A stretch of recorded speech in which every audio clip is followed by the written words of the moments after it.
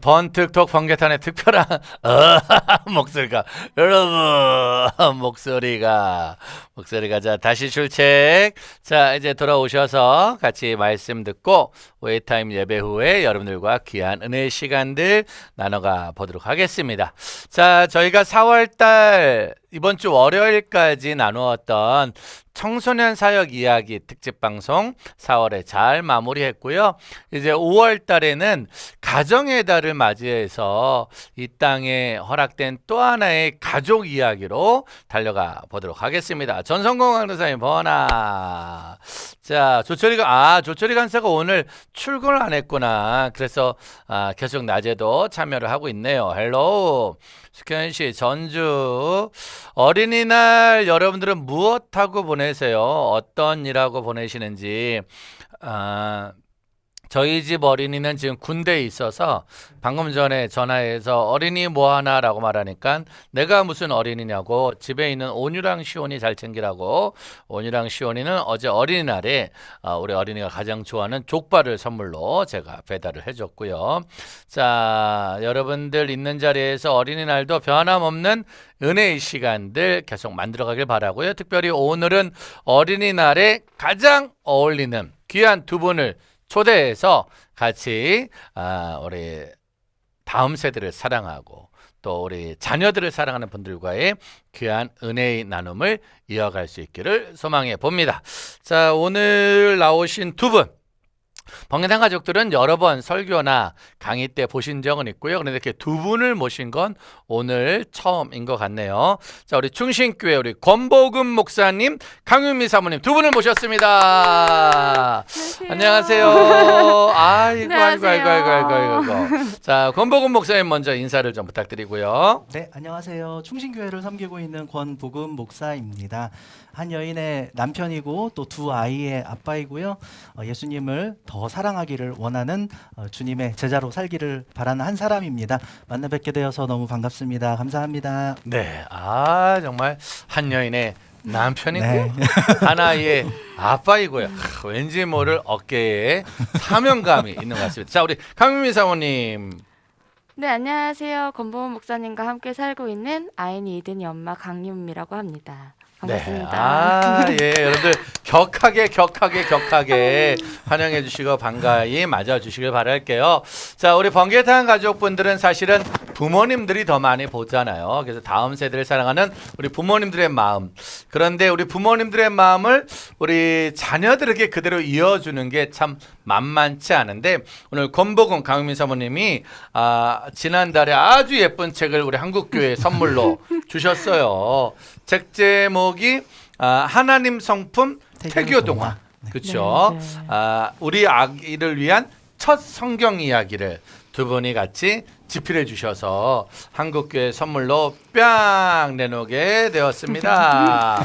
한국교회 우리 아가들. 근데 이거 뭐 한국교회 아가들뿐만이 아니라 네. 모든 아가들에게 도움이 되는 번역하도록 그러나 주님의 일단 아가들에게도. 첫 번째 권복은 목사님이 웬 갑자기 아가 동화를 태교 동화를 네. 우리 권복은 목사님은 뭐 아시겠지만 우리 청소년 청년 사역자로 맞아요. 열심히 우리가 전주대학교 사역 때부터 만나서 달려오셨었는데 갑자기 태교 동화 약간의 이게 매치가 좀 되지 않아요? 저도 아직도 매치가 잘. 그렇죠. 두 분에게 지금 일단 아가가 있는 거죠. 네, 맞습니다. 몇 달 된 아가인가요? 7살, 4살. 네. 7살, 4살. 네. 태교와 전혀 상관이 이미 태교를 한참 전에 졸업했죠. 끝난 아가인데 아니 갑자기 어떻게 권복은 목사님? 네. 그래서 저희 부부는 사실 저도 그렇고 목사님 말씀해 주신 것처럼 네. 청년들 사역 10년 동안 청년들 사역했고 청소년 사역 이제 5년째 하고 있고 그래서 다음 세대 사역을 열심히 했던 터라 그에 관련된 책을 쓰라면 재밌게 열심히 쓸 수 있었을 텐데 갑자기 출판사를 통해서 하나님의 부르심처럼 태교에 관련된 동화를 써 주십시오 이렇게 저희한테 요청이 왔어요. 한 번도 태교 동화를 써보겠다는 생각을 해본 적이 없는데 이게 부르심이라는 건가라는 생각이 들어서 저희 부부가 특별히 그 교제할 때부터 연애할 때부터 다음 세대가 특별히 거룩하게 세워지는데 쓰임받는 부부가 되겠다라는 얘기를 하면서 저희 아이들 생겼을 때 태명도 거룩이라고 지었거든요. 아, 태명이. 예, 첫째 아들 태명을 거룩이, 첫째가 거룩이. 거룩이. 네. 둘째는 둘째는 메리, 메리요. 기쁨이. 네. 둘째는 기쁨이. 네. 리자 돌림으로. 리자 돌림으로 그렇게 했죠. 네. 홀리 메리. 홀리 메리. 네. 그래서 하나님께서 이렇게 갑자기 부르심을 주셔서 열심히 쓰게 됐습니다. 야, 이게 또 믿음의 부모님들이다 보니까 또 홀리 메리. 저희 아이 태명은 네네네. 신중이.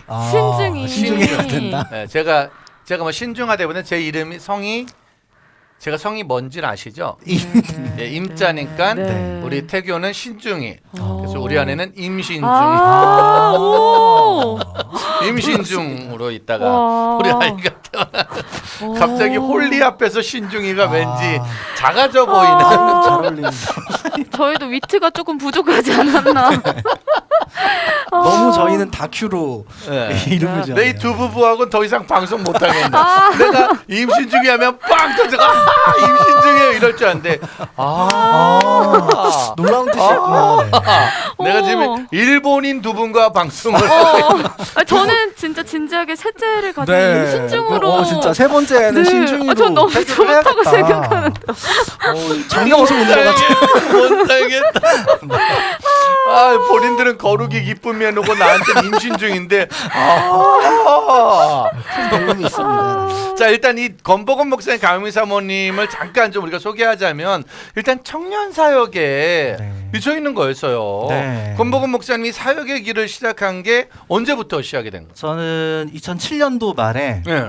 그 이전에는 저희 부모님이 개척교회 목사님이셔서 목사님 부모님을 도와드리느라 개척교회 사역을 이제 신학생 때부터 이제 어린 아이들 맡아서 이제 진행을 하다가 본격적으로 전도사 사역을 시작한 거는 2007년도 말에 온누리교회 대학부 대학생들 사역을 시작하면서 그 이후로 전주대학교에서 또 청년들 계속 개건 교수로 목회하고 채플 시간에 메시지 전하고 네, 그렇게 하고 있었죠. 채플과 다음 세상을 정말 즐겁고 재밌고 신나게 네네. 하시다가 주님이 주신 열매로 강윤미 사모님으로 오셨다는 이 사역의 땅의 열매로. 상급을 바라진 않았지만 네. 그렇게 열심히 신나게 청년 사역을 할 때 네. 청년 사역자에게 주는 최고의 축복인 강윤미 사모님을 만나게 맞습니다. 되었어요. 강윤미 사모님, 권복원 네, 목사님 네, 처음 네. 봤을 때 네. 어떤 남자였어요, 이 남자? 그냥 결혼 전이야. 자체적으로 연애 여러 가지 복잡한 네, 감정이 네. 있겠지만 그때 이제 사모님의 요 네, 2초의 네. 정적이 네. 상당히 많은 걸 의미합니다. 결혼 전에 우리 남편에 네, 대해서 네. 생각했던 거와 함께 네. 살아가는 지금 남편과는 좀 많은 갭이 있을 수 있지만 네, 결혼 네, 전에 네. 권복원 목사님 저는 알고 있잖아요. 전주대학교 네, 때부터 네. 어떤 남자였어요, 이 남자? 이렇게 뱃살이 나올 줄 사실 몰랐어요, 목사님. 사모님. 아니, 갑자기 남자를 뱃살로 평가하는 그 세상적인 기준을 바꿔주시길 바랍니다. 처음 만났을 때 말씀하시니까 사기 결혼을 당한 거 아닌가 갑자기. 네. 갑자기 막 그때 첫 모습이 막 떠오르네요. 그때는 지금보다 25kg 정도 덜 나갔어. 우리나라 원빈 정우성 다 사라져야 돼. 공유 원빈 정우성 이 남자들이 모든 남자들의 기준을 우퉁을 훌렁훌렁 제끼다 보니까 모든 남자가 다 여기 복근 있는 줄 아는 편익견을 주게 된 거예요. 진짜, 네. 남자는 다 결혼하면 20kg 정도는 찌지 않습니까, 목사님? 은혜죠. 네. 그렇군요. 평안하니까 우리. 네, 모든 것이. 자, 네. 그럼 일단 권복원 목사님은 결혼 전에 이러지 않았다. 날씬했다. 날씬했다. 자, 일단 그런 거로 하지만 저 남자 만나면 맨날 네. 하는 사역이 청년 사역. 네네네. 그때 학생이셨던 거예요, 전주대학교? 아니요. 저희는 대학교에서 선후배 사이였거든요. 신학교. 네네네네. 신학교 선후배 사이. 네, 선후배 사이였고, 네. 되게 열심히 하셔가지고 주변에서 되게 만류하셨던 분들이 있었어요, 결혼을. 너무 사역을 너무 열심히 하니까 저희 집에 아내가- 안 들어올 거다. 아내가 한 교회의 오르간 반주자였는데 네. 오르간 반주자가 잘하면 부목사님들이 예뻐하잖아요. 윤미 청년 챙겼는데 어느 날 윤미 청년이 남자친구를 데려왔는데 네. 목회자야. 그래서 그 교회 부목사님들께서 제 뒷조사를 했대요. 그래서 제 뒷조사를 해보고 저희 아내한테 윤미자매 그 남자 만나지 마. 네, 걔 진작에 미친놈이래. 생각해봐라. 정말 일에 미쳐 있는 목회자다. 그래서 가정 너 안 걔랑 돌보- 결혼하면 너 고생한다. 네. 그렇게 했다는 얘기를 저한테 들려주시더라고요. 되게 진짜 진지하게 말씀을 하셨어요. 그때 목사님께서 정말 딸처럼 생각해 주시거든요. 진짜 왜냐면 교회에서 건반 오르간을 친다는 네, 건 가장 네. 또 중요한 예배 일원이기 그렇죠, 네. 때문에. 목회자들과 굉장히 긴밀한 어. 관계가 있는 위치죠. 네.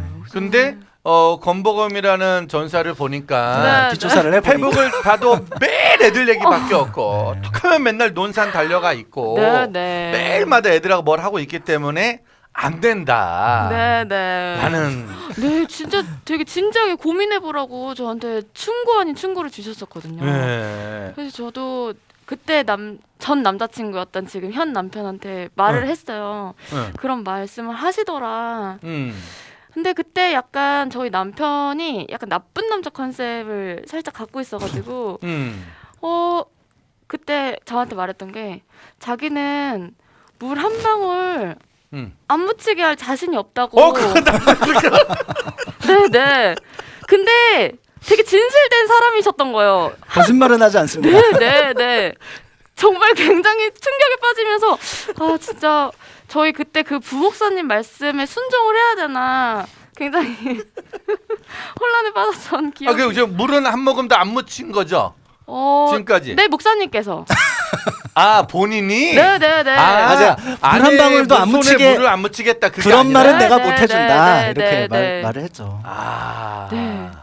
나랑 살면 우리는 고생할 그렇게 거다. 말한 다음에 고무장갑 사주 그랬는데 이 고무장갑은 평생 찢어지지 않아요. 역시 저희 목소리 못 따라가요. 그걸 안 했구나. 마미손이 부부의 사랑을 맞아요. 뭐랑 못했네. 묻히지 않죠. 정말로 진실되시더라고요. 진짜로 물 한 방울을 안 묻히시더라고요. 본인 스스로. 그래서 네. 저 남자 나쁜 남자네. 나쁜 네, 남자였어요. 나쁜 근데 그럼 남자. 이제 지금은 이제 물 묻히시는 거죠 설거지? 한 방울도 안 묻히셨어요. 지금도? 네네네 목사님. 아직 30대라서 그래요. 네. 그런가요? 아직 39이잖아요. 네. 제가 저도 40서부터 네. 저도 42살 요때쯤부터 네, 아예 물하고 살아요. 아. 그러니까 집에 딱 맞추고 집에 가면은 네, 밤 네. 11시 12시에도 네, 사모님 네. 쉬셔야 되는 거고 안에는 네네. 모든 설거지는 저희 오늘 모든 음식물 쓰레기. 책 잘 얘기할 수 있는 거. 43살 정도에 네. 43살 그때까지만 좀 어, 참고 4년 견뎌주시면 남은 네, 건가요? 아직 좀 남았네요. 제가 우리 이재영 가사님한테 카톡 보냈어요. 왜냐면은 우리 시청자들이 네. 궁금하다고 네네. 그 결혼 전의 모습 어땠는지 네. 한번 잠깐 보여드릴까요? 우리 권복은 목사님 이 남자가 오, 저랬던 보세요. 남자야. 저 광대뼈 봐봐 저거. 맞아요. 진짜 65kg셨거든요. 65kg에 네, 저거 네, 네. 예배인도 할 때 저 카리스마. 바지 28 사이즈. 전주대학교에서 학생들 개공교사 하면서 또 그렇죠? 네. 어마어마하게 딱 이렇게 하셨는데 지금은 그냥 저거 봐라 저 남자 저 턱상 봐라 저거 어디 예, 폭이 계시죠 있었네요. 지금? 제가. 예전에 만났던 네, 형제님이 네. 저분 맞으시죠 네. 사모님? 지금은 잘 모르겠죠. 존재하지 지금은 않으시는 것 저 같아요. 남자가 네, 전 남친, 네. 전 남친. 전 남친 네. 전 남친이랑 네, 전 남친. 제 전 남친 사진입니다. 전 남친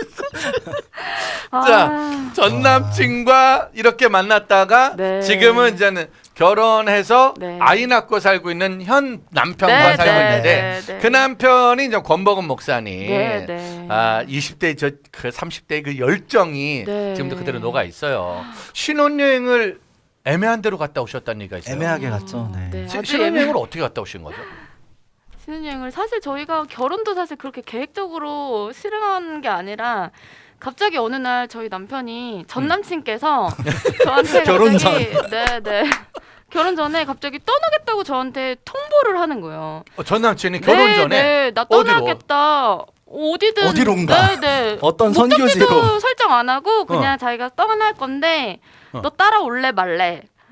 나는 떠날 거다 이렇게 말을 하는 거예요. 결혼하고 신혼여행을 나는 아니요. 어디로 떠날 거다. 아니요. 그런 것도 없이? 네, 결혼 얘기도 없이 그냥 그 얘기를 먼저 했어요.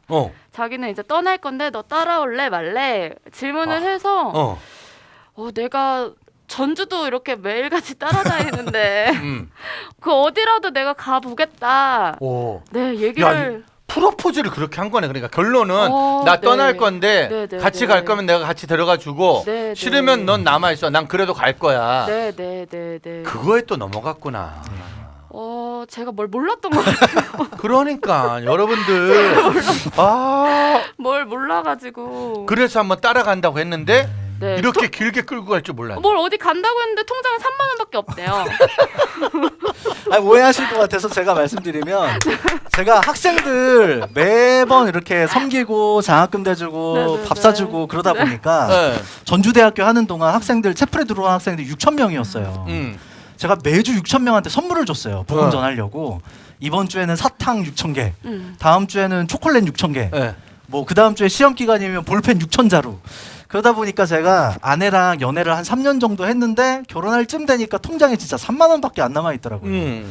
그래서 이걸로는 결혼식을 올릴 수도 없고 어디 서울에 신혼집을 구할 수도 없고 그래서 그냥 떠난다는 게 너랑 같이 결혼해서 선교 여행을 가고 싶다. 어차피 한국에 집이 없으니까 대신 전 세계적으로 제가 이제 선교사님들은 각 그 대륙별로 알고 있는 선교사님들이 있으니까 선교지들을 이렇게 돌아다니면서 같이 함께 복음 전하는 삶을 살아보지 않겠냐. 너랑 같이 꼭 떠나고 싶다라고 얘기를 근데 이제 했죠. 현실적으로 권복원 목사님 그러면은 네. 현실적으로 네네. 전 세계적으로 성사람들 만나는 건 좋지만 3만 원이면 네. 전주에서 김포공항 가는 그 3만 원이면 그 김포공항 가는 버스비가 안 네네네네. 된단 말이에요. 그냥 다음 그러니까 달 무슨 배짱이야? 무슨 배짱? 사실 솔직하게 말씀드려서 배짱이 아니었고요. 네. 그냥 에라 모르겠다.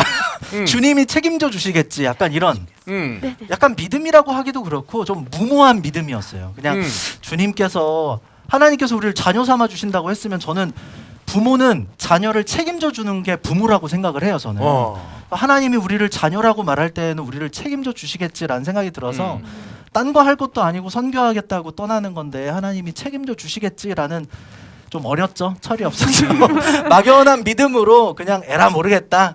이 여인이랑 같이 떠나고 싶다. 같이 혼인 신고하고 나랑 같이 선교 여행 떠나자. 그때 하나님께서 강사비를 주시든 채워 주시겠지라는 생각을 하면서 그리고 떠났죠. 네. 떠난 게 일본이시잖아요. 일본. 네, 제일 먼저 일본으로 갔죠. 네. 하나님 어디부터 갈까요? 이렇게 기도하다가 제가 13년째 일본에 가서 어린이 캠프를 진행하고 있는 게 그러니까. 있어요. 네.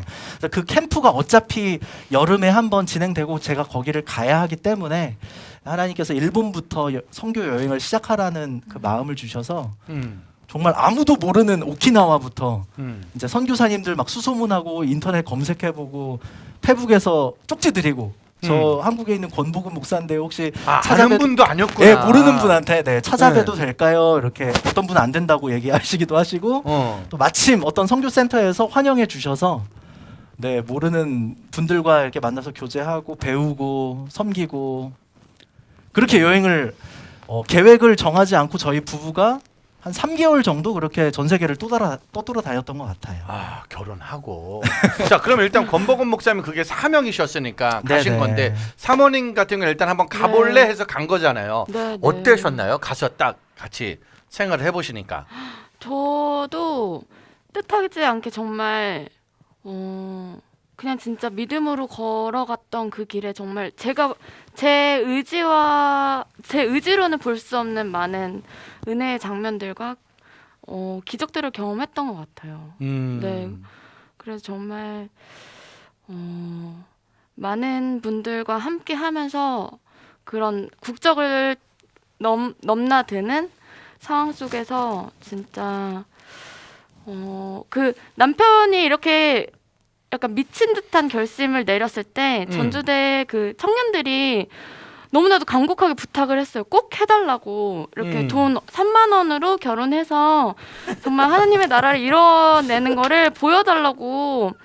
약간 그래서 사명 의식을 가지고 등 떠밀려서 네네 청년들한테 등 떠밀려서 네네 꼭 보여주고 싶은 마음도 솔직히 이 청년들이 나쁜 청년들 자기들은 그렇게 안 가려고 그러면서 왜 남의 집 귀한 딸을 저 아직도 기억나요. 전주대학교 여학생이었는데 네네. 제가 이제 돈이 없는 걸 다 알아요. 전주대 학생들이 제가 쓰는 선물값이 있으니까. 근데 저한테 그러는 거예요. 제가 이런 아직 결혼 전인데 제 여자친구와 이런 계획을 갖고 있는데 기도 중이다. 생각나면 날 위해서 기도해달라 하는데 교회를 안 다니던 대학생이었는데 여기 앞에 앉아 있었던 학생이 목사님 꼭 돈 없이도 결혼하고 행복하게 사시는 모습 보여주세요. 이렇게 부탁을 하는 거예요. 아, 그래서 그래요. 하나님의 음성처럼 들렸던 것 같아요 그때. 근데 너무 행복했어요, 네. 목사님 진짜. 그런 얘기 하지 마. 돈 이거 없이도 아닌가? 행복하게 사는 모습 보여달라고 목사님 말했을 나쁘대잖아요. 때 그때는 저 오히려 얘기하면서 혹시 돈 있고 행복한 건 안 되나요? 이렇게 말을 했었어야지. 굳이 그거를 괜찮다고 그래가지고 맞아요. 아 그렇게 살다 보니까 놀라운 건 아이가 나왔네요. 네, 아이도 낳고 정말 여행 중에 아이가 생긴 걸 알았어요. 네, 네, 저희는 원래 한 1년 정도는 정처 없이 이렇게 여행을 하고 하나님 보내시는 곳으로 부르심 따라서 이동하면서 섬겨야겠다라는 네. 생각을 하고서 한 3개월쯤 이동하고 있을 때 아내가 갑자기 조금 감기 기운이 있다고 하는 거예요. 그래서 약을 사 먹을까 하다가 이 여자들의 촉이라는 게 있잖아요. 먹으면 아내가 안될것 같아. 이거 약 먹으면 안 될 것 같다 음. 해서 약국에 가서 임신 테스트기를 했는데 2줄이 나온 거죠. 임신이 된 거죠. 근데 그때는 저희가 역시 집도 없고 기숙사에 잠깐 들어갔을 때예요. 그래서 그때는 좀 많이 저도 둘이서 어디 막 돌아다니고 모험하는 거는 힘들다는 생각 한 번도 해본 적이 없어요. 집이 없고 돈이 없어도 젊은 청춘 남녀 두 부부가 신혼 부부가 전 세계를 다니면서 선교한다는 거는 자랑이었고 자부심이었지. 그게 막 힘들다, 가난해서 막 부끄럽다 이런 게 없었는데 아이가 생기니까 다르더라고요. 그때부터는 진짜 이 자녀를 하나님께서 주신 건데 이렇게 무책임하게 있으면 안 되겠다 싶어서 엄청나게 기도를 했던 것 같아요. 이게 또 둘만이 이렇게 다닐 때와 아이가 있을 때. 네, 근데 네. 이제 제가 알기로는 아이하고도 같이 다녔다는 얘기가 네, 그 이후에 일본 아오모리 선교는 매해 같이 다니기는 네. 해요. 그렇죠. 네. 아이를 낳고서도 아이랑 또 선교 가고 음. 네, 둘째가 뱃속에 있을 땐 저 혼자 갔다 오고 둘째가 태어나니까 또 저희 부부랑 아이 둘이랑 또 일본 선교 갔다 오고 그래서 선교하는 가족으로 이렇게 살게 해주셔서 너무 감사해요. 근데 보니까 이제 결혼식 때 사진을 보면 목사님보다 사모님이 더 좋아했던 것 같아 보니까. 아, 그런가요? 저는 그냥 딱 하나 보고 결혼했던 게 그냥 어디서나 무릎 꿇고 기도하는 사람이었거든요. 어디서나. 네, 네, 네. 당연하죠. 통장에 3만 원밖에 없는데 아니 뭐 통장에 3만 원밖에 없는 남자가 할 수 네, 있는 게 뭐 연락할 때도 없고 할 때도 없으니까 네. 뭐 식당 가서도 주니 공항 가서도 주니 화장실에서도, 네, 네. 화장실 가서도 네, 주니 네. 이거밖에 없는 남자잖아 저 남자가. 네, 진짜 어디서든 무릎 꿇고 기도하라 그러면 할 사람이라는 게 저한테는 굉장히 큰 매력으로 다가왔거든요. 이 남자가 아주 매력 덩어리네 진짜. 나쁜 남자 컨셉하고 믿음 있는 네. 남자 컨셉 두 개를 다 갖고 있는 거야. 네, 따라올 네. 거야? 치명적이죠. 갈 거야? 안 오면 나 혼자 간다. 이 나쁜 남자 컨셉과 네, 네. 그리고 혼자 뒤로 가는데 돌아서 아무것도 없으니까 기도하고. 아이고 네. 주여 이거 사진 볼까 사진 결혼식 때 사진 진짜 나 요게 이거 적어봐 사모님이 훨씬 크게 웃잖아 아니에요. 지금. 전 남친이 자제한 겁니다. 전 남친일 때는 저렇게 그냥 얼굴이 완전히 네. 사모님 얼굴이 그냥 해처럼 빛나네 쌀쌀했죠. 진짜. 저 옆에 있는 친구들이 다 말렸던 다- 친구들이잖아요. 네 맞습니다. 네. 와. 전 남친이 저렇게 기뻐하네. 아, 결혼식 사진 보면 네, 네, 청년들밖에 없어요. 맞아요. 어른들은 네 어른들은 어른들은 속상해서 있는 새끼 네. 그냥 아유. 끝까지 반대하는데도 결국 가네. 요런 마음이고 네. 청년들은 언니 한번 3만 갔다 원밖에 없는 와봐라. 오빠랑 살아봐 그러면서, 막 네. 이렇게 행복하게. 고생 좀 하고 오세요. 진짜. 그 일본 저- 사진 한번 보자. 일본. 아 일본 저기 아까 그게 이제 그 어린이들 애기들 만나는 네 저게 일본 그죠? 일본 네, 초등학생들 네. 일본 초등학생들. 네 일본인들입니다. 그래서 저 친구들을 만나러 간 게 아니라 여행 무조건 중에 일본에 가야 되기 때문에 가서 만나. 네네네 여행 중에 저 친구들한테 찾아간 거죠. 네. 다음 사진 한번 줘보실래요? 다음 사진. 저 여기는 몽골이에요. 네. 여기 몽골. 네 여기는 몽골이고. 그 몽골어, 일본어를 다 하시는 거예요? 아니요 그냥 이렇게 적어서 공부해서 하는 거죠. 네. 네. 제2 외국어를 일본어 공부했습니다. 고등학교 결국은 때.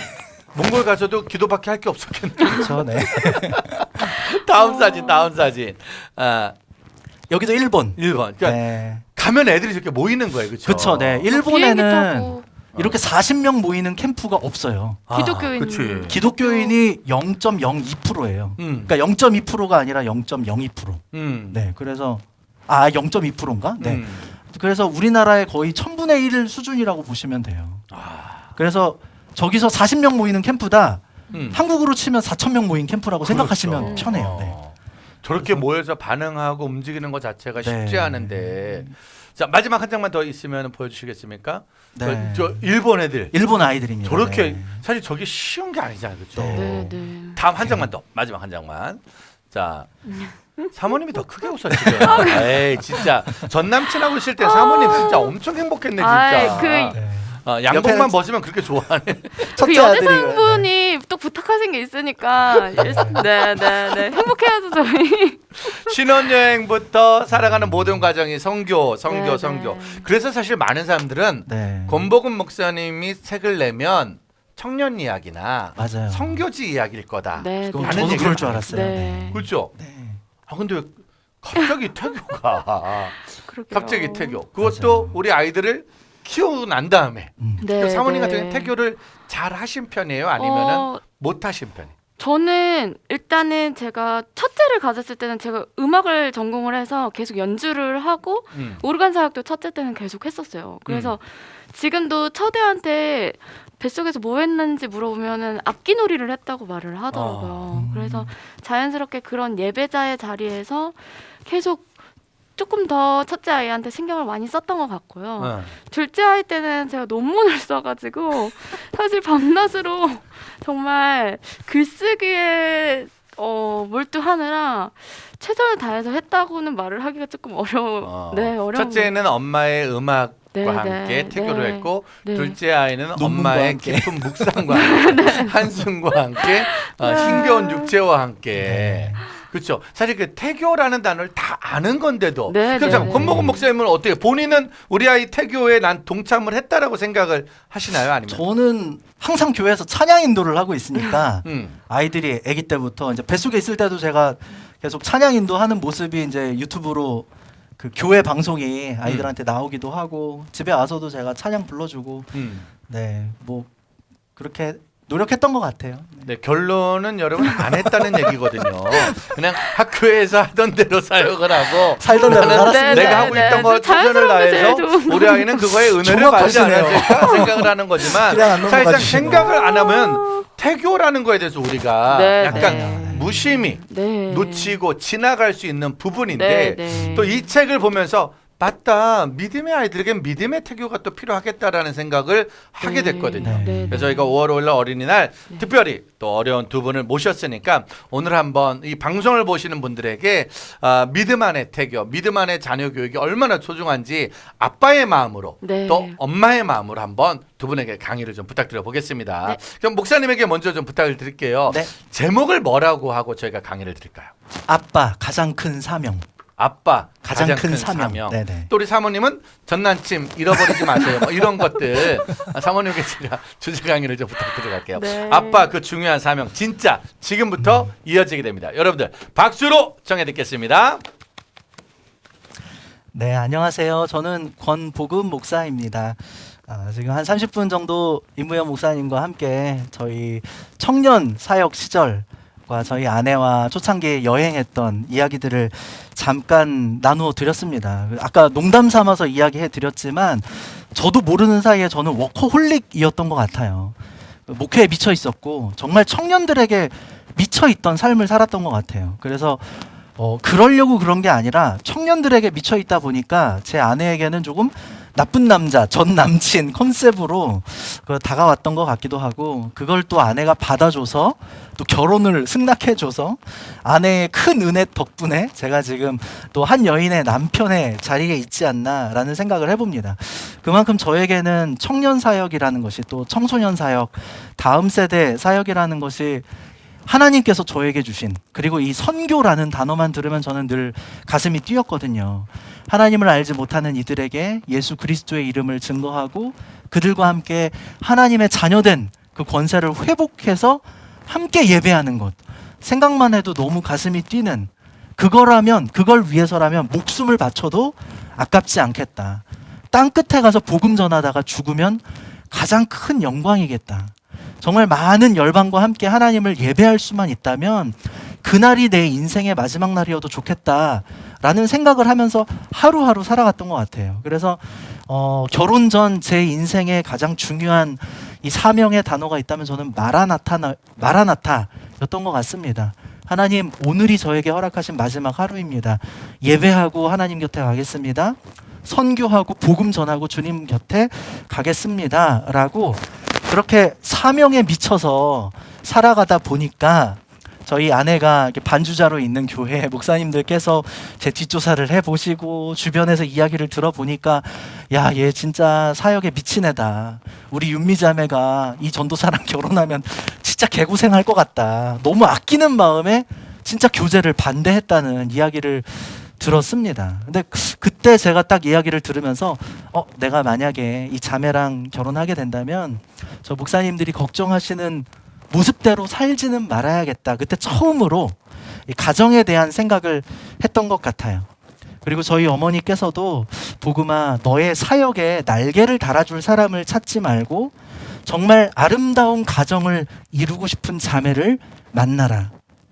여러분 뭐 목회하시는 분들은 뭐 저만 그런지 모르겠지만 청년 시절에 제가 전도사였을 때 어떤 배우자에 대한 그 환상이 있었냐면 이 배우자를 만났을 때 나의 목회가 훨씬 더 윤택해지고 나의 사역이 훨씬 더 풍성해지며 이 배우자가 내 사역을 물심양면으로 지원해주고 서포터해줘서 내가 지금 섬기고 있는 이 목회와 이 선교와 이 사역이 더 아름다운 열매를 맺을 수 있게 하는 그런 배우자를 만나는 게 뭐 저를 포함해서 모든 젊은 목회자들의 로망이 아닐까 그런 생각을 해보게 되었어요. 그런데 이런 얘기를 어머니와 하던 중에 저희 어머니도 목사님이신데 복음아, 그런 생각 가지면 안 돼. 너의 목회를 위해서 너의 배우자를 도구로 생각하는 그런 생각을 가지고서는 건강한 가정을 이룰 수 없다. 목회를 떠나서 아름다운 가정에 대한 청사진을 그려라. 그리고 그 자매와 함께 아름다운 가정을 그리고 싶고 이루고 싶은 그런 자매를 만났을 때 네가 결혼을 했으면 좋겠다라고 말씀을 해주셨어요. 그래서 제가 지금 현 아내이죠. 전 여친이었던 저의 아내와 교제를 할 때 그 부분에 대해서 늘 기도했던 것 같아요. 하나님, 이 자매와 함께 결혼을 하는 것이 단순히 저의 목회를 위한 도구로서, 발판으로서 내가 이 자매를 생각하는 건지, 아니면 정말 하나님 나라를 함께 이루어가고 싶은 동력자로, 돕는 배필로서 미래에 하나님께서 허락해 주실 그 가정에 대한 귀한 동력자로서 이 자매와의 만남이 진행되는 건지 하나님께서 인도해 주세요라는 생각을 하게 되었고요. 그렇게 한 3년 동안 같이 기도하면서 교제하는 가운데 저희 두 사람의 유일한 기도 제목이 있었습니다. 하나님, 저희가 지금 계속해서 이성 교제를 하고 있습니다. 저희가 결혼을 하게 될지도 모르고 혹은 이대로 헤어져서 또 다른 사람과 교제를 하거나 다른 사람과 결혼을 하게 될지도 모릅니다. 사람 일은 어떻게 될지 모르는 거니까요. 하지만 우리가 만나고 있는 이 순간만큼, 지금 교제하는 이 순간, 그리고 혹시 하나님께서 허락하여 주셔서 저희 두 사람이 부부의 연을 맺고 하나님 안에서 가정을 이루게 된다면 저희 두 사람을 통해서 이 시대 가운데 거룩한 믿음의 다음 세대가 세워지게 되는 그런 우리 두 사람의 만남과 교제와 또 만약에 하게 된다면 결혼이 되게 해주세요. 이런 기도 제목을 아내와 함께 전 여친이었을 때부터 계속 교제 가운데 함께 기도했던 유일한 기도 제목이었고요. 하나님께서 허락하시는 상황들 가운데 순종함으로 순적하게 진행되는 가운데 저희가 결혼 예배를 올리게 되었고 가정을 이루게 되었죠.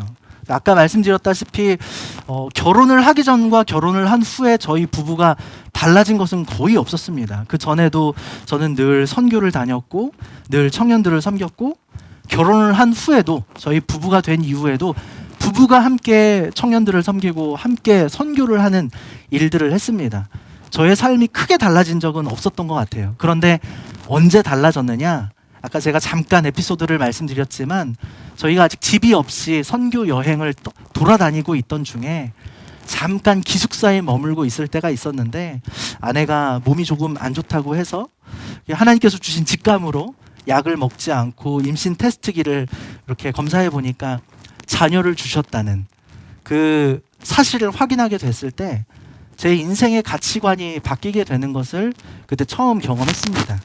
그 전까지 저의 인생에 있어서 제가 목숨을 바쳐서 나의 생명조차 조금도 귀한 것으로 여기지 아니하겠다라고 고백하는 주제가 있었다면 저는 유일하게 선교였습니다. 그리고 예배였습니다. 예배를 위해서라면, 선교를 위해서라면 목숨을 바쳐도 아깝지 않다. 그래서 저희 부부가 항상 여행을 하면서 비행기를 거의 20번 가까이 타고 내렸는데요. 비행기 이륙할 때마다 제가 아내에게 물었어요. 그때는 아직 임신이 되지 않았을 때, 여보, 우리 타고 있는 이 비행기가 오늘 추락해도 괜찮아? 오늘이 우리 순간에, 우리 인생의 마지막 순간이어도 괜찮아? 그 안에서 예배 드리고 비행기 안에서 예배하는 마음으로 선교지로 이동하고 그랬던 인생이었는데, 자녀를 주셨다는 사실을 확인하자마자 제 인생의 가장 큰 사명은 더 이상 선교가 아니라, 오해하시면 안 됩니다. 선교가 중요하지 않다는 것이 아니라 선교보다 그 이전에, 선교보다 더 앞서서 해야 될 역할이 바로 이 자녀를, 하나님께서 태중해 주신 이 자녀를 건강하고 아름답게 믿음의 거룩한 다음 세대로 키워내는 것, 그것이 저에게 새롭게 부여한 새로운 미션, 제가 최선을 다해서 이루어 가야 할 저에게 다시금 맡겨주시는 하나님의 사명이라는 마음을 저에게 허락해 주셨습니다. 그래서 저는 아빠, 가장 큰 사명이다 라는 제목을 이렇게 달아드렸잖아요. 저에게 있어서 가장 큰 사명은 예배였고 전도였고 선교하는 거였습니다. 그런데 아빠가 되고 난 이후에 여전히 저에게 예배가 중요합니다.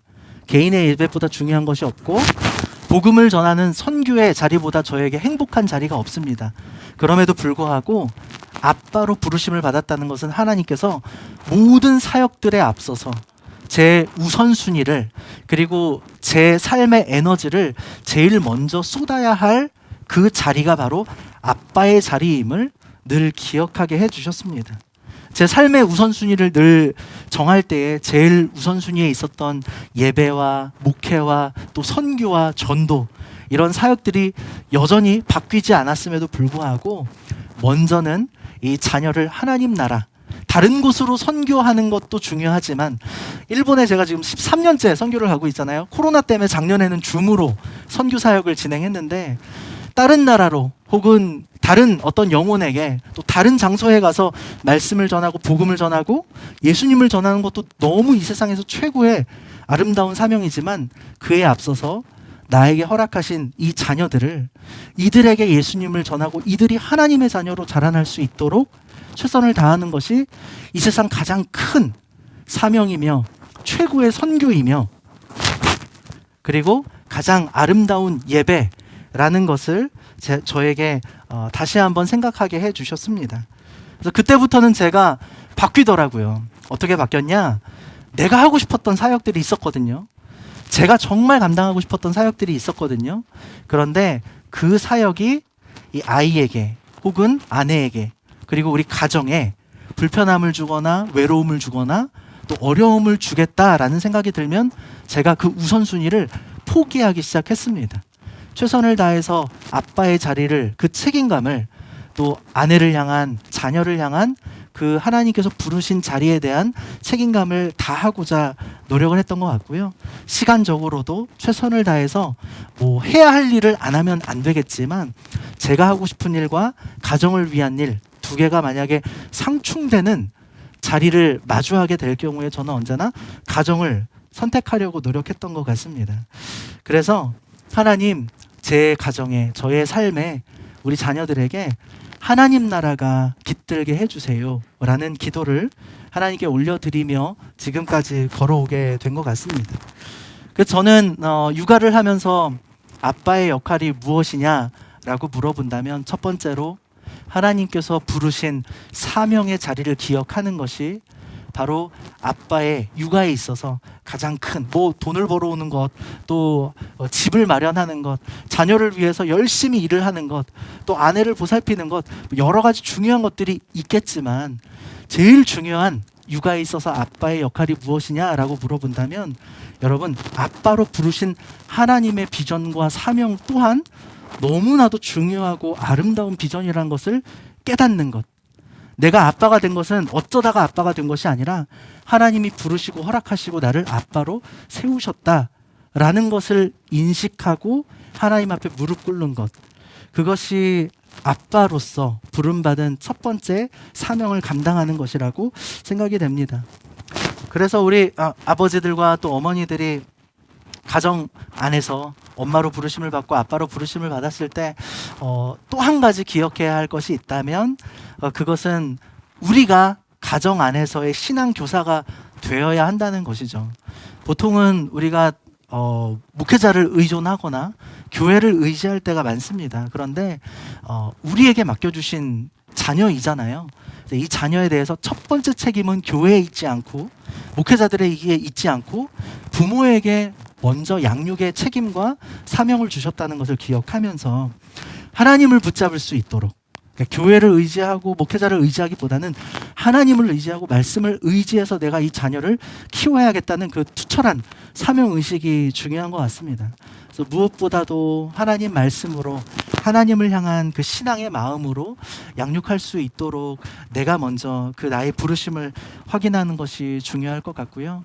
특별히 태교는 막 어떤 일정한 시간에 음악을 들려준다거나 일정한 시간에 성경을 꼬박꼬박 읽어준다거나 일정한 시간에 하나님 말씀을 듣게 한다거나 그렇게 하기가 정말 쉽지 않잖아요. 아까 이무영 목사님께서도 들어보니까 따로 태교를 안 했군요 라고 말씀해 주셨는데 너무 정확해요. 여러분, 살아가는 게 너무 바쁘고 또 육아하는 게 너무 지치다 보면 이 부모님들이 믿음으로 태교해야겠다라고 생각은 하지만 머리로서 이 계획은 하지만 실제로 진행하고 그대로 실행하는 것이 쉽지 않을 때가 있습니다.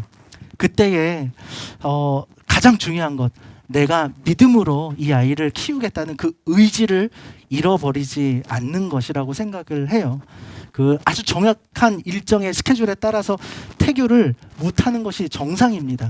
그럼에도 불구하고 포기하지 않고 하나님, 내가 끝까지 이 자녀를, 태중에 있는 이 아이를, 그리고 하나님께서 건강하게 허락하신 나의 이 어린 자녀들을 믿음으로, 다른 가치관이 아니라 세상의 가치관이 아닌 하나님의 가치관으로 양육할 수 있도록 주님 나에게 용기를 주시고 은혜를 주시고 능력을 주시고 나의 부족함을 채워주시고 하나님께서 친히 이 자녀들의 부모님이 되어 주십시오라고 하나님께 무릎 꿇는 모습, 하나님께 매달리는 모습, 그 믿음을 자녀들에게 보여주는 것, 저는 그것이야말로 가장 큰 믿음의 태교라는 생각을 해보게 됩니다.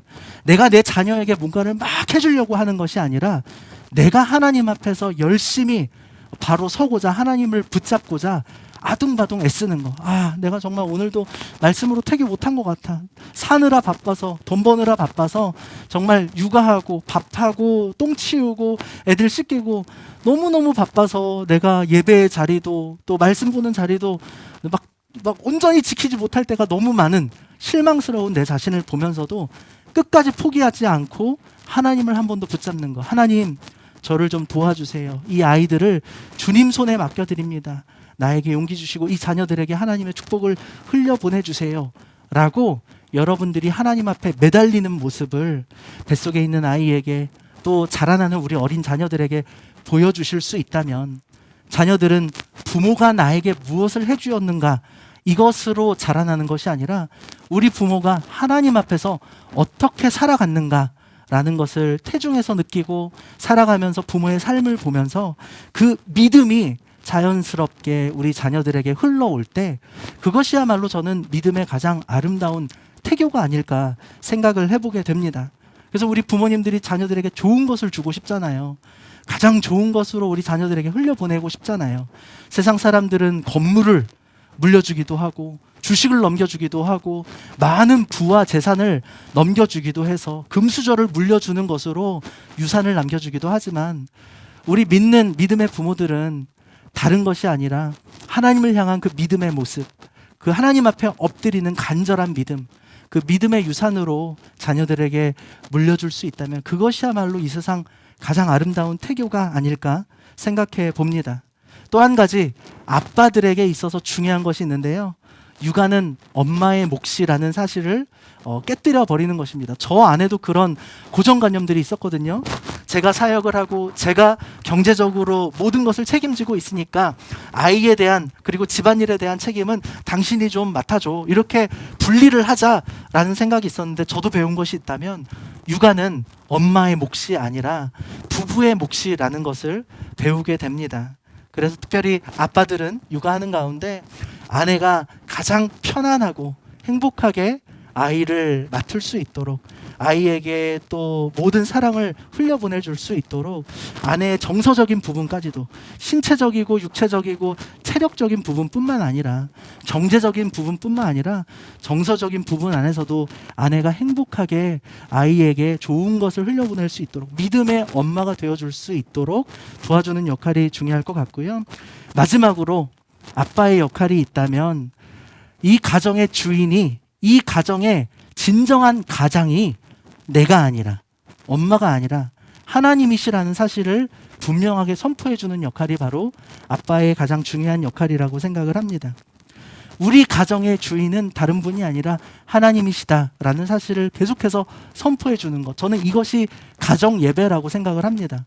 가정 예배 그러면 저녁 8시가 됐으니까 9시 됐으니까 다 모여 성경 보고 찬송 부르고 기도하고 이렇게 순서를 만들고 어떤 포맷을 만들어야만 그것이 예배가 되는 것이 아니라 이 가정의 주인은 하나님이시다라고 고백할 수 있도록 가족이 모인 자리에서 밥 먹는 자리가 될 수도 있고 잠드는 자리가 될 수도 있고 그 자리에서 오늘 감사했던 것을 떠올려 보면서 하나님을 기억하고 우리의 주인 되시는 하나님을 향해서 찬양할 수 있도록 그 가정의 분위기를 만들어가는 것, 이것이 아빠의 가장 중요한 사명이 아닐까라는 생각을 합니다. 믿음의 엄마, 아빠들 너무너무 축복합니다. 하나님께서 여러분들을 부르셨을 때에는 감당하실 만한 능력과 체력과 또 모든 환경도 허락하실 것을 믿고 또 신뢰합니다. 너무 귀한 하나님의 사명을 감당하고 계신 믿음의 아버지들, 믿음의 어머님들 너무너무 응원합니다. 축복합니다. 이야기 들려주셔서 너무 감사합니다. 고맙습니다. 맨 감사합니다. 엄마만의 태교 문제가 아니라 엄마 아빠 함께 가는. 근데 사실 정말 목사님 말씀처럼 태교라는 단어도 우리가 써보고 나니까 내가 부족했다는 걸 깨닫는 맞아요. 것이 아닐까. 저도 그 책자 보자마자 맞아, 우리 믿음의 부모들의 태교는 달라야 될 텐데 이런 생각 좀 많이 했거든요. 자, 우리 그럼 사모님과 이제 두 번째 저희가 부탁드릴 강호. 그럼 제목은 어떻게 저희가 듣고 준비할까요? 위대한 엄마? 위대한 엄마에 네. 대해서 정말 저는 전 남친 얘기가 나올까봐 살짝 두려워했지만 모든 걸 뒤로 하고 이젠 위대한 엄마, 위대한 믿음의 어머니의 이야기 같이 한번 나눠보도록 하겠습니다. 박수로 청해 듣겠습니다. 네, 안녕하세요. 강희은미라고 합니다. 네, 전 남친 이야기를 사실 빼놓을 수 없을 것 같은데요. 제가 아까 잠깐 말씀드리긴 했지만 저희 남편과 처음 만났을 때 교제를 시작하기 전에 처음 만났을 때 남편이 저에게 질문했던 첫 질문이 처음으로 얘기했던 내용이 어떤 거였냐면 본인은 5,000명을 먹이는 게 꿈이라는 얘기를 저한테 하더라고요. 자기는 꿈이 5,000명을 먹이는 거라고 이야기하는데 저에게 되게 큰 도전이 되면서 그러면 내가 그중에서 한 500명은 같이 감당하면 좋겠다라는 생각을 그냥 문득 했었습니다. 그러고서 교제를 시작했는데 정말 5,000명을 먹이겠다는 생각이 들면서 5,000명을 먹이고 있더라고요. 그렇게 5,000명을 먹이는 전 남친 옆에서 누군가는 이렇게 먹이고 살리는 거에 열심인 사람을 또 누군가가 채워주는 역할을 해주면 참 좋겠다. 이 사람을 위해서 기도하고 또 사랑을 채워주는 한 사람이 되면 참 좋겠다라는 생각을 하면서 결혼을 그때부터 생각을 했던 것 같습니다. 근데 진짜 3만 원이 있는 줄은 사실 몰랐던 것 같아요. 근데 그렇게 해서 결혼을 결심하고 남편과 결혼을 했는데 뜻하지 않게 저희에게 임신 소식이 찾아오면서 참 많은 생각들을 했던 것 같아요. 저는 그때 당시에 대학원 1학기를 마치고 사실 학기를 시작할 때만 해도 교수님께 제가 결혼에 대한 계획을 아예 얘기를 하지 않은 상태였고 3월 달쯤 이제 전 남친으로부터 떠나자라는 제안 아닌 통보를 받고 나서 저희가 6월 달에 결혼을 하게 되었는데 그러고 보니 저의 상황은 제가 계획했을 때 대학원을 마치고 임신을 하고 그러면 조금 더 안정적이고 현실적으로 좀 더 아이에게 집중할 수 있는 환경이 되지 않을까라는 생각을 많이 했던 것 같습니다. 하지만 저의 계획과 다르게 일찍 찾아온 아이에게 참 많은 질문들을 하고 생각들을 했던 것 같습니다. 근데 그 임신 시기에 제가 많은 생각들을 했던 질문 중에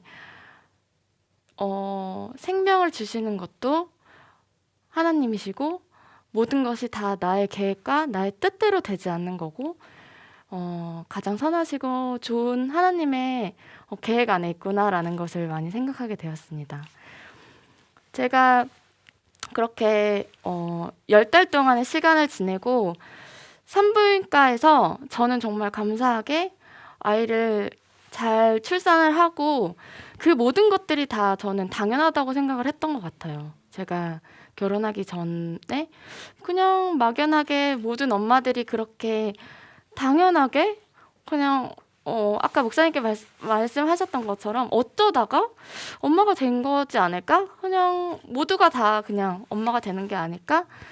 근데 그게 아니라는 거를 제가 많이 체험하고 느끼고 경험했던 것이 산부인과에서 저는 출산을 마치고 이제 병원에서 휴식을 취하고 있는데 복도에서 어떤 산모님께서 되게 애틋하고 간절하게 전화기를 붙들고 자기의 생계에 대한 걱정을 하고 계시는 거를 저는 통화 너머로 들으면서 제가 그냥 예상하건대 혼자서 출산을 하신 것 같은 느낌이 들더라고요. 그러면서 내가 아이에게 정말 가장 줄 수 있는 게 무엇일까라는 생각을 하면서 이 아이가 내가 받은 사랑을 통해서 더 많은 사람들을 품고 사랑할 수 있도록 내가 지금 당장 힘들고 어렵고 처음이라서 낯선 이 엄마의 자리를 잘 지키면서 아이에게 사랑을 듬뿍듬뿍 줘야겠다는 생각을 했던 것 같습니다. 그래서 참 엄마는 위대하다라는 생각을 하면서 처음에는 되게 저도 호기롭게 보통 엄마들이 다 해내시는 것처럼 나도 열심히 하면 아이를 잘 키울 수 있겠지? 라는 생각으로 시작을 했는데 굉장히 쉽지 않더라고요. 정말 아이에게 맞춰져 있는 저의 삶의 패턴도 이전과는 너무나도 180도 다른 삶을 살아가면서 제가 오르간 사역을 했던 것도 저의 개인적으로 공부를 하고 진행했던 모든 상황이 다 이 아이를 통해서 단절되는 상황 속에서 굉장히 제 스스로 상실감도 들고 막막하기도 하고 막연하기도 하고 이 상황을 어떻게 잘할 수 있을까라는 생각도 진짜 많이 했던 것 같은데요. 그 안에서 부부와의 정서적 온도도 많이 바뀌는 거를 좀 저는 경험을 했어요. 아빠는 제가 아까도 말씀드렸듯이 제가 목사님이 물 한 방울 못 묻히셨다고 하셨잖아요. 저는 처음 만났을 때부터 목사님에게 나는 조금 더 채워드리고 목사님이 목회하고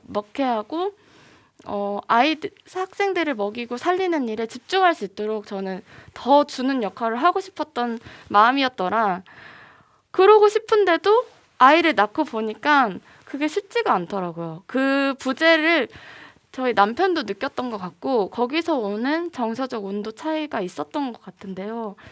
그러면서 참 신앙이라는 게 믿음이라는 게 중요한 것이 서로가 같은 기준과 같은 방향을 보고 나아가니까 서로가 조금 서운한 부분이 생기고 조금 부재를 느끼는 감정적인 부분에 있어서도 기도하고 말씀으로 다시 세워져 가는 것을 경험하면서 참 태교라는 것이 임신 기간에 국한되는 것이 아니라 아이를 낳고 나서 이후의 시간에서도 너무너무 중요하고 이것이 아이들에게 흘러가서 더 풍성한 열매를 맺는다는 것을 많이 경험을 했던 것 같습니다. 그래서 저희는 사실 엄마가 되고 나서는 삶의 모든 범위가 엄마로부터 시작이 되더라고요. 저는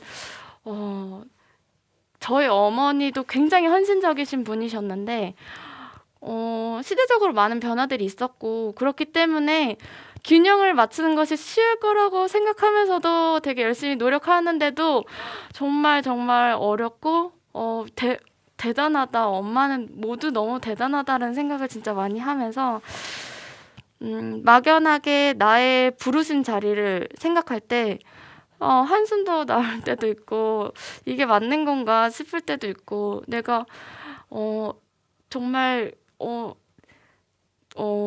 무엇을 위해서 살아야 되는 거지? 이런 생각도 하고 나의 비전과 계획과 나의 삶의 어떠한 개인적인 소망들을 생각할 때는 정말 한숨밖에 나오지 않지만 나라는 사람을 부르신 소명을 따라서 길을 열어가실 주님을 바라보면서 이 자리가 엄마로서 그리고 또 나라는 사람으로서 무르익어 가는 단계라고 저는 많이 생각을 하게 되었습니다.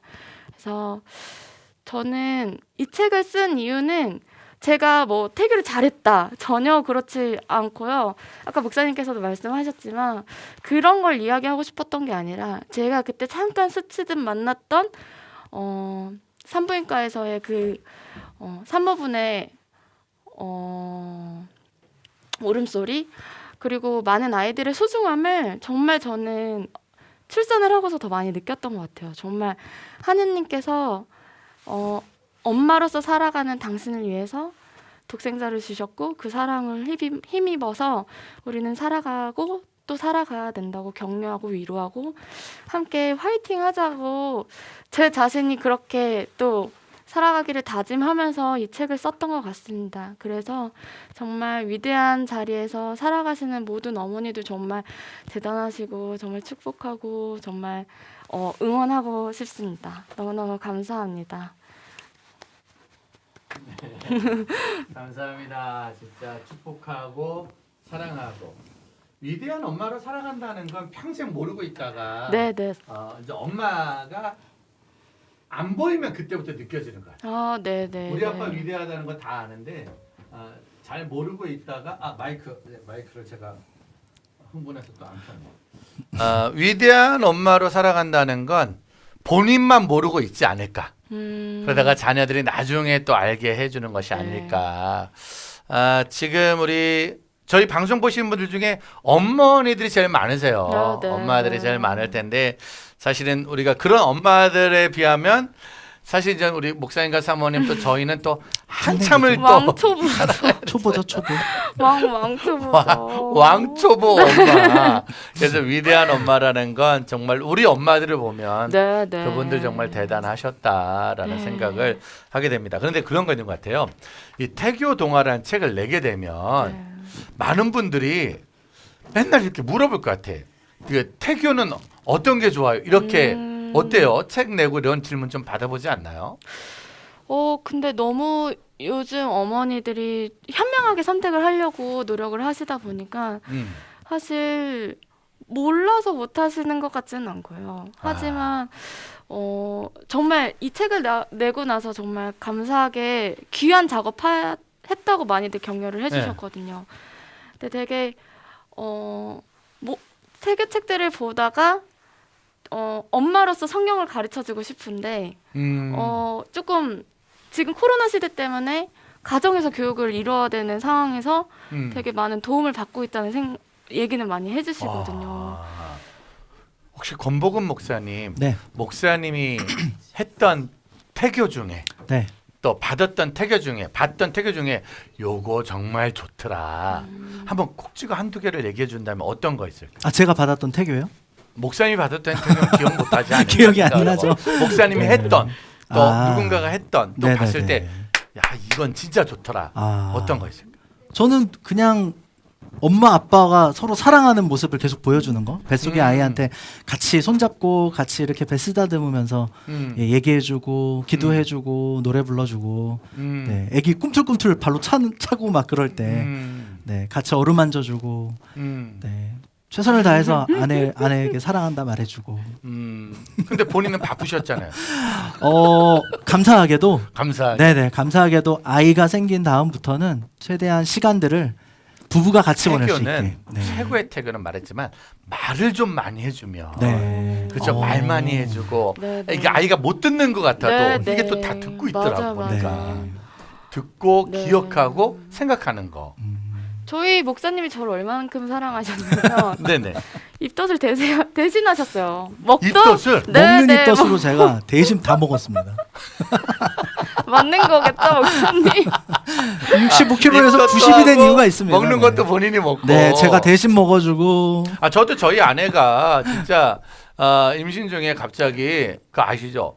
밤에 상상을 초월하는 음식을 먹고 싶어 할 때가 있잖아요. 딸기 먹고 싶다 그러고. 딸기, 그쵸? 네. 그 딸기, 그것도 한겨울에 꼭 먹고 싶잖아. 그리고 저는 그 꽃게가 그렇게 갑자기 아내가 어느 날 너무 꽃게가 먹고 싶다고.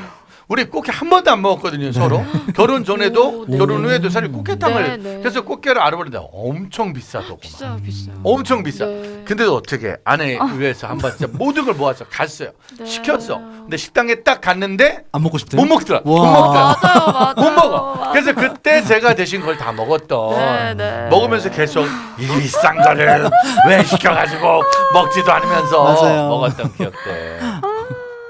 사실은 그럴 때 그렇게 같이 네, 네. 좀 화도 낼 수 있고 투정도 네. 부릴 수 있고 힘들 때 같이 있어주고 말하는 거. 네. 그렇죠. 네. 그게 정말 중요한 거네요. 감사하게도 임신하고 있을 때 저희 그 사역하던 교회 담임 목사님께서 무슨 일이 있어도 꼭 아내랑 같이 시간을 보낼 수 네. 있게 해라. 수련회를 가든 뭐 어디 캠프를 가든 설교하러 가든 아내랑 떠들어지지 말아라 이렇게 또 허락을 해주셔갖고 네 그때도 좀 최대한 같이 있을 수 있는 시간들이 네. 있었던 것 같아요. 그래서 아무튼 제일 어려운 태교 같이 있어주고 그래서 약속을 하는 게 저희는 좋을 것 같아요. 네. 그러니까 뭐 자기 전에 늘 하는 거, 네, 네. 일어나자마자 늘 하는 거. 네, 네, 혹시 네. 목사님 사모님 그런 거 있어요? 저희는 아이들과? 자기 전에 네네네. 어떤 자기 거? 전에 지금도 그렇지만 지금도 꼭 그 잠들기 전에 침대에서 같이 네, 같이 모이죠. 같이 모여서. 네네네. 아기가 태어나기 전에는 침대에서 아내랑 둘이 기도하고 네, 네. 같이 예배 드리고 그렇게 잠들었고 그리고 아기가 태어난 이후에는 저희 아이들이 같이 침대에 누워서 네, 기도하고 같이 이야기하는 시간을 갖죠. 자기 전 마지막 시간은 자기 잠들기 네. 전 마지막. 네. 잠들기 전 마지막. 뭐 시간을 정해놓지 않아. 뭐 8시다 9시다 그게 아니라 네. 잠들기 전 마지막은 같이 한다. 잠들기 전 마지막은 아무리 분주하고 바빠도 같이 네. 한다. 네. 그거를 저도 거의 한 17, 8살까지 우와. 버텼던 것 같아요. 우와. 제가 그렇게 자기 전에 늘 기도해 주는 거잖아요. 아빠가 네. 기도하고 자고 아이 손 잡고 대고 저 기도 안 하면 안 자는 자요. 거. 네, 네. 기도 안 하면 안 자요. 기도한 자는 애도 네, 깨워서 네, 네. 기도를 시키는 네, 거지. 네. 근데 그거를 18, 19 그때 살짝 밀렸어. 그때. 그때 이제 그 고3이라 그러니까 저도 바빠지고 네. 맞아요, 맞아요. 그 애가 다 키니까 이게 부모가 약간 밀리는 게 좀 있어요. 이제 다 컸으니까. 근데 충분히 하신 것 같아요. 17살이면 진짜. 그런가요? 네네네. 그때 살짝 안 해줬더니만 조금 이제 20살 되면서부터는 기도 좀 해 그냥 빨리 해, 빨리. 그러니까 지금도 이제 하긴 하는데 네, 가끔 네. 군대에서 전화 통화 네. 약간 그때 밀렸던 거예요. 그러니까 사실 태교는 뱃속에 있을 때만 하고 또 어릴 때만 하는 게 아니라 영원히 해야 될 네, 일이 네. 아닌가 하는 맞아요. 생각을 네. 하죠. 자, 그런데 지금 이렇게 태교도 같이 하고 사실 예쁘고 아름답게 아이를 키우지만 하나님 성품 부부 동화도 한번 나중에 준비를 해주셔서 네. 왜냐면 결혼 스토리도 아까 들어봤지만 쉽지 않은 결혼. 네. 근데도 남들과 상상할 수 없는 여행들을 지금까지 오셨잖아요. 네. 부부 싸움은 어떻게 해? 부부싸움이요. 부부 싸움은 태교를 하고 동화를 만들고 네네. 아기자기한 예쁜 삶을 살 것 같지만 네네. 믿음의 부모도 현실적으로 네, 아이를 키우다 보면 이게 예민해질 때가 있고 스트레스를 받을 때가 있잖아요. 네. 이거 이거 감사한 거는 저희가 연애를 3년을 했거든요. 3년 동안 어마어마하게 싸웠어요. 3년 동안 어마어마하게 싸울 거 다 싸웠어요. 그래서 결혼을 하고 나니까 사실 크게 싸울 일은 별로 없었고 네, 근데 그 엄청나게 싸운 다음에도 그 철칙이 있어요. 미안하다는 말은 무조건 남편이 먼저 한다. 네, 그래서 그 밤을 넘기지 않으려고 네, 굳은 그 갖은 노력을 했었고 사실 그 철칙은 성경에 있는 거죠. 잘못했으면 가서 잘못했다고 말해라. 네네네. 그러니까 사실 미안한 일은 남편이 하는 게 아니라 남편이 사실 잘못을 했기 때문에 그런 일들. 맞습니다. 네. 그러니까 그날 싸운 건 그날 끝내는 것들. 네. 가능하면 네. 목사님께서 아까 말씀해주신 포인트처럼 네. 저희가 결혼한 날부터 하루도 빠짐없이 밤에 가정 예배를 드리고 잤거든요. 저희 둘이서부터. 싸웠어도 네, 그러다 보니까 화를 더 낼 것도 그 시간을 위해서 조금 더 절제하고 절제를 안 하면 이따가 굉장히 불편하겠다. 네, 네, 약간 그런 이따 생각을 어차피 우리는 네. 가정 예배를 하긴 해야 되는데 네. 진짜 아우 이거 같이 앉아 있기 불편하겠다 싶어서 이만큼 터트릴 거를 조금 절제하는 게 있죠. 이따가 어차피 얼굴 마주 해야 되니까. 네, 네, 네. 원칙이니까. 네, 그건 네, 원칙이니까. 가정 예배는 네. 원칙이니까. 네. 그러니까 저희 부부도 네. 이제 매일 밤 예배 드리잖아요. 그러면 이제 일단 예배 가기 전까지 싸워 있는데 예배 드리고 나면서 보는 거지. 이제 네. 예배 때 다 나오잖아. 그리고 솔직히 네. 예배 드리면 양심이 살아나서 내가 고집 부리고 있다는 걸 알게 되거든. 네, 네. 그런 원칙을 정하는 것들도 네. 진짜. 그리고 책을 쓰면서는 응. 책을 쓰는 동안에 원고를 쓰고 있는데 싸울 일이 있잖아요. 근데 아 이렇게 싸워서 우리가 책을 낼 수 있나 이런 양심의 가책이 느껴져서 그만 싸우자 이렇게 그 책이 저희의 브레이크 역할을 많이 해줬던 것 찬양사역자 같아요. 김명식, 송미애 선배님들이 네, 네. 믿음 안에선 우리 가정 그 전국 노래를 모든 결혼식 부르셨는데. 때 축가로 다 부르잖아요. 그래서 그거 노래 부를 때마다 네. 그 노래 불러달라는 날 제일 많이 싸운대요. 믿음 안에선 우리 가정 부르기 전에 제일 싸움이 심하대. 그러면 그런 갈등들. 맞아요. 근데 그 노래를 부르면서 한 번 더 생각하고 네. 또 한 번 생각하는. 맞아요. 사실상은 이 하나님 성품 태교 동화는 우리 아가들을 위해서 불러주고 들려주는 동화일 수 있지만 네. 이 동화 안의 내용이 사실 우리 부모의 내용이 네. 다 아닐까. 목사님 말씀하신 게 네. 토기장이 출판사가 처음 기획하고 의도했던 기도 제목이었어요. 이 책을 통해서 물론 아이들 태교하는 건 너무 당연한 거지만 이 부부들이 많이 아이가 생기면서 더 힘들어지잖아요. 그러니까 부부들끼리만 있었을 때 신혼에는 그냥 덜 싸우고 서로 받아주고 하다가 아이가 생기면 임신 중이고 아이가 태어나고 나면 부부들이 서로 지쳐서 더 이게 못 받아주니까 더 큰 싸움이 된다는 거를 토기장이 출판사 관계자분들이 그걸 인지하시고 저희한테 부탁한 게 있어요. 이 책을 통해서 부부가 함께 자녀를 위해서 기도하는 그 시간을 통해서 부부 관계가 회복되면 좋겠다. 그런 책이 될 수 있도록 목사님, 사모님께서 기도하면서 적어주셨으면 좋겠다. 이런 기획 의도를 저희한테 처음 얘기해 주시더라고요. 그렇죠. 네. 사모님 이 책이 나오고 나서 책을 네. 보셨잖아요. 네, 네, 네. 어떤가요? 쓸 때와 네. 다 완성본을 볼 때의 느낌은 조금 다르지 않을까? 아이들이 굉장히 좋아했어요. 일단 저희가 샘플 원고를 쓸 때부터 아이들한테 계속 읽어주면서 수정을 했었거든요. 근데 아이들에게 이렇게 완성이 되고 책으로 또 읽고 함께 기도하고 하니까 되게 이 주신 은혜가 너무 감사하다는 생각을 되게 많이 했던 것 같아요. 네. 아 일단은 뭐 남의 집 애들 좋아하는 것도 중요하지만 우리 집 애들이 제일 좋아야. 맞아요, 네네. 그게 또 성공한 저희 책이고. 자녀들한테 선물해 줄 수 있어서 너무 좋아요. 네. 자녀들에게 네. 우리 아이들이 보고 은혜 받은 믿음의 요소. 그러면 일단 권 목사님 이 책을 예. 어떤 분들이 일단 기본적으로 네. 보시면 제일 은혜가 되고 도전이 될까요? 저는 일단 청년들 생각하면서 이렇게 책을 준비했던 것 같아요. 목사님께 말씀드렸다시피 제가 청년 사역에 미쳐있던 사람이라서 제가 처음 이 20살 대학생들을 이렇게 양육하고 가르치고 같이 일본 선교 다녀오고 이러면서 자라난 청년들이 10년이 지나니까 이 청년들이 30살이잖아요. 이 청년들이 저한테 주례를 부탁하는 거예요. 20살 그 아주 어렸을 때 만난 청년들이 어느새 부부가 되고 한 가정의 엄마가 되고 아빠가 되는 모습을 보면서 이들을 위해서 내가 해줄 수 있는 선물이 뭘까 기도하게 됐고 마침 그 타이밍에 토기장이 출판사에서 이 태교 동화 책을 준비해 달라고 요청해 주셨을 때 청년들이 제일 먼저 떠오르더라고요. 이제 막 가정을 이루고 싶어하는 그리고 결혼을 앞두고 있는 결혼한 그리고 이제 출산을 계획 중인 그리고 이제 출산을 해서 어린 자녀들을 키우고 있는 청년들에게 하나님 나라를 어린 자녀들에게 또 그 부부 사이에서 함께 나눌 수 있는 좋은 선물이 됐으면 좋겠다라는 그 마음을 품고 기도하면서 이 책을 준비했기 때문에 일단 젊은 청년들 결혼을 앞두고 있거나 이제 막 결혼한 신혼 부부들에게 꼭 추천해주고 싶습니다. 우리 아기를 위한 첫 성경 이야기 토기장의 출판사고요. 하나님 성품 태교 동화입니다. 아마 인터넷 주문이 가능하고요. 네네네. 또 여러분들 뭐 가피풀이나 또 여러 가지 인터넷 매장 사이트에서 직접 구매를 하실 수 있고요. 또 원하시는 분들은 그곳에서 구매를 하실 수 있죠. 앞으로 권복은 목사님이 만나는 모든 청년들에게 줄 수 있는 첫 번째, 사실 청년들이 요 태교 동화를 읽는다는 건 나름대로 결혼해서 그냥 이제 나름대로 그렇죠 이제 시작을 한다라는 진짜 청년들 이게 청년들한테 유익한 선물이 될 거라는 건 생각을 못했는데 오늘 믿음의 청년들에게 먼저 줄 수 있는 그리고 이제 결혼하기 전에도 이미 이거를 딱 책상에 꽂아놓고 언젠간 나도 읽어줄 수 있는 맞습니다. 도전도 될 수 있는 시간 되면 좋겠다. 근데 대번에 근데 사모님 이렇게 첫 번째 책을 내잖아요.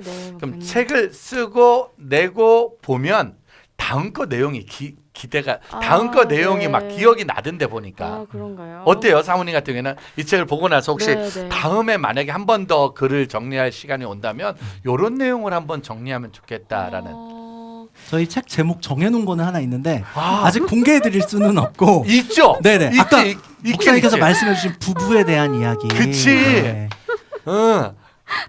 제목 사모님도 같이 이렇게 얘기하신 게 있어요. 아내가 기획한 겁니다. 네. 내가 대부분 이런 거 하시는 분들이 네. 책 보면 야 이거 다음엔 이거 해야겠다.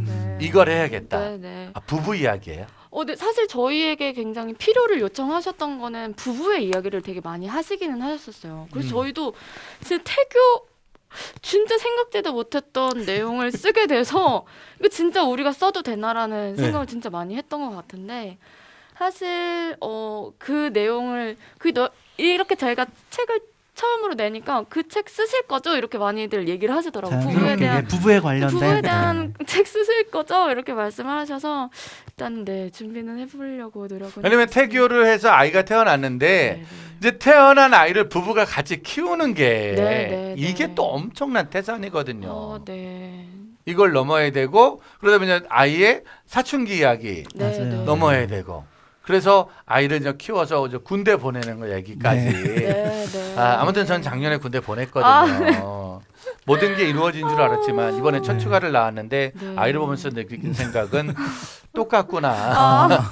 일단 빨리 장가를 보내야 모든 게 끝나지 않을까라는 생각을 또 해봅니다. 오늘 이제 어린이날 이제 들어가시면 우리 아가들 2명이 기다리고 있네요. 오늘 이후의 스케줄은 어떻게 되시나요? 일단 아가들에게 저희 선물 이렇게 나눠주고 왔고요. 같이 들어가서 저녁에 같이 산책, 집 앞으로 동네로 산책 나가지 않을까, 아니면 같이 드라이브를 좀 나가지 않을까. 코로나 시대에 뭐 다른 건 몰라도 멀리 못 가기 때문에 부모님들은 그래도 좀 감사하고 있다는. 근데 아까 우리 고은식 목사님 그 사모님하고 두 분이 지금 현재 하루 종일 놀아줬는데 2시 반밖에 안 됐다고. 맞아요.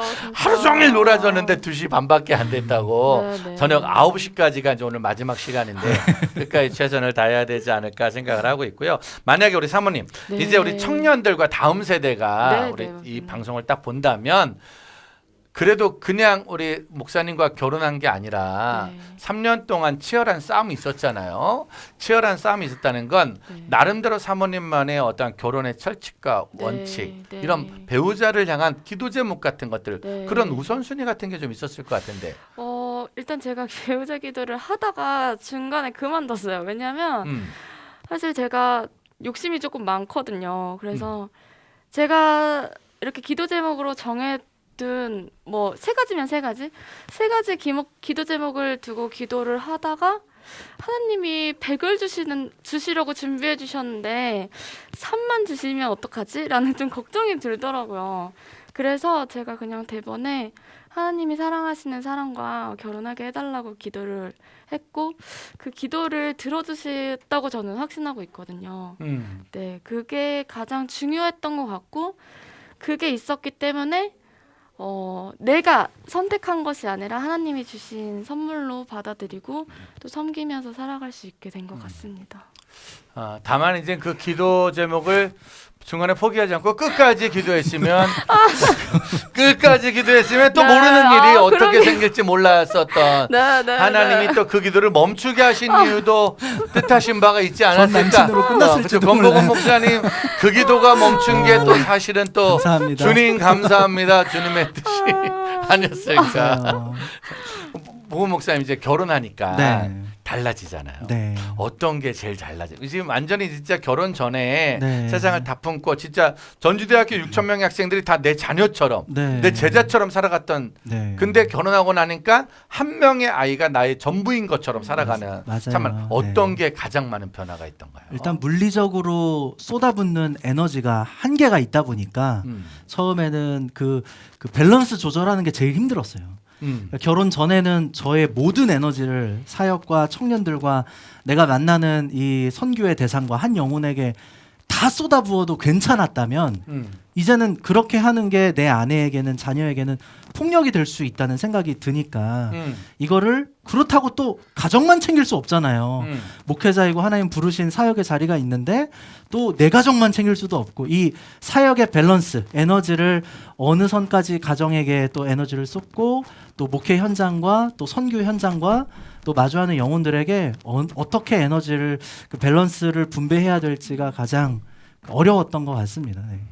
그것들을 조금 조절해 가는데 시간이 조금 이 필요했던 것 같아요. 어려운 숙제는 사실은 뭐 주님 오시기 전까지 해결하기는 어려울 것 같고 맞습니다. 나름대로 우리가 주어진 자리에서 그저 최선을 다해서 아이와 있을 때 최선을 다하고 아내와 네. 있을 때 최선을 다하고 사역지 영혼들 앞에서 최선을 다하고 그것도 우리는 늘 하지만 늘 부족하고 부족하죠. 미안한 네. 마음으로 살아가는 것이 아닐까라는 생각을 또 해보게 되네요. 자, 그래도 뭐 두 분이 또 워낙 뭐 이렇게 서로 대화를 그래도 지금도 많이 하시는 네, 편이시죠?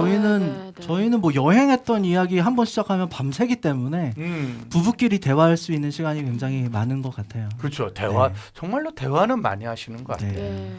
연애 때 싸움도 많이 하셨고 대화도 많이 하셨고 동역도 많이 하셨고 네. 어찌 보면 참 20, 30대 살아가는 모든 아름다운 모습을 네, 다 네. 갖고 있는 것이 아닐까. 이제 40대 앞으로 권복원 목사님의 사역이 어떻게 펼쳐질지 모르지만 한국 교계가 같이 또 기도하는 소망 아닙니까? 어때요? 네. 목사님에게 주어진 앞으로의 사명 하나님이 어떻게 이끄시기를 바라는 마음의 기도 제목인지요? 하나님께 그 젊은 날에 기도했던 기도의 제목은 하나님 제가 갈 길을 정하지 않고 제가 어떤 사역의 모양을 정하지 않고 하나님께서 부르시는 자리가 하나님께서 맡겨주신 사명이라고 생각하고 걸어가겠습니다라고 기도를 하고 생각을 하면서 지금까지 왔거든요. 그래서 그것이 처음에는 예배 사역자의 자리여서 거기에 모든 에너지를 쏟아부었던 거고 또 그 다음에는 청년들을 맡겨주셔서 이 사역이 내 마지막 사역이다 생각하면서 모든 에너지를 쏟아부었고요. 또 지금은 가정에 또 에너지를 쏟을 수 있는 그런 교회 환경과 또 그런 목회 철학을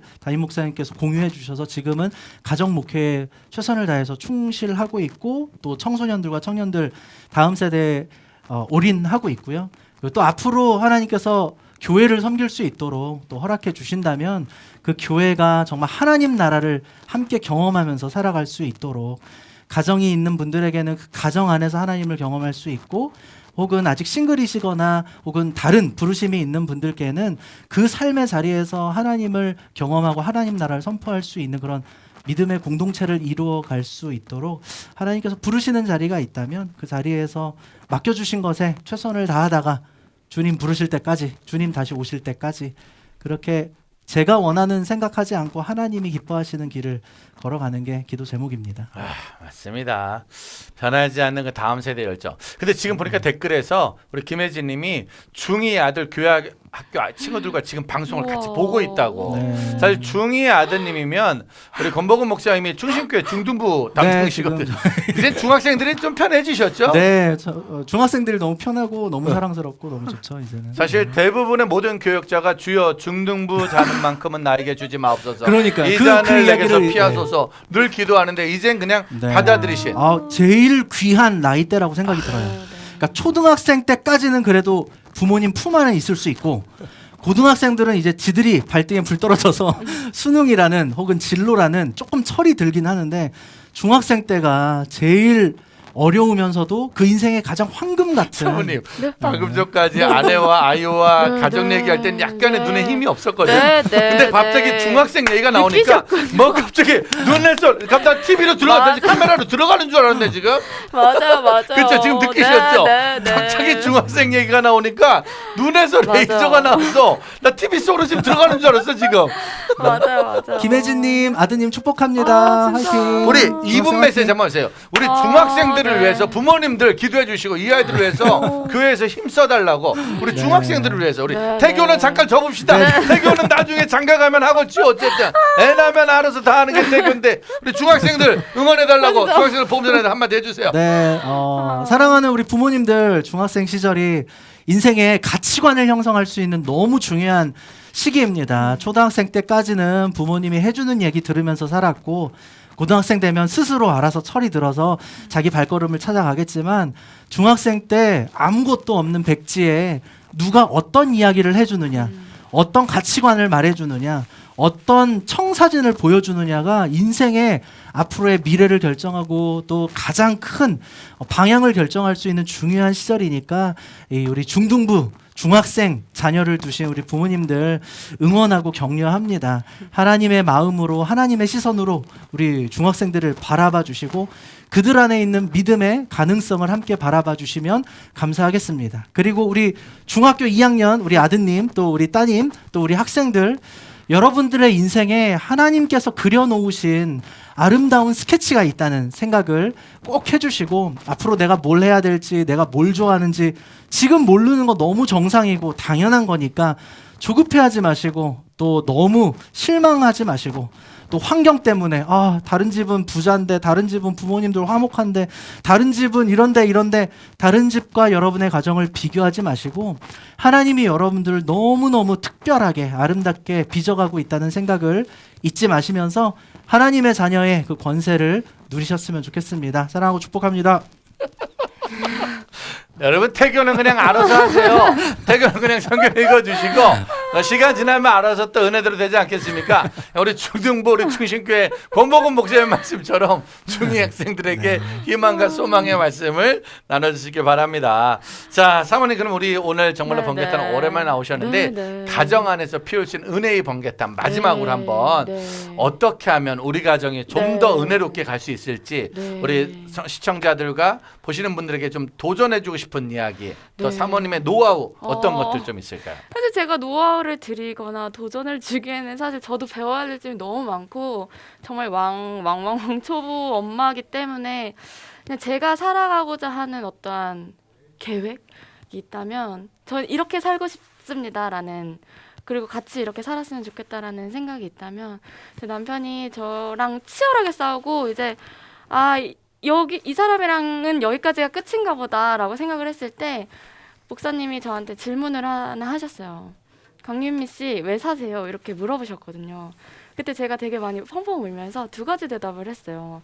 한 가지는 하나님의 영광을 위해서 그 다음에 두 번째는 하늘의 소망을 두면서 삽니다 하면서 굉장히 울었던 순간이 있었는데 그게 지금도 저한테는 그때 제가 도전이 될 때가 있고 또 그것이 또 목표가 될 때가 있더라고요.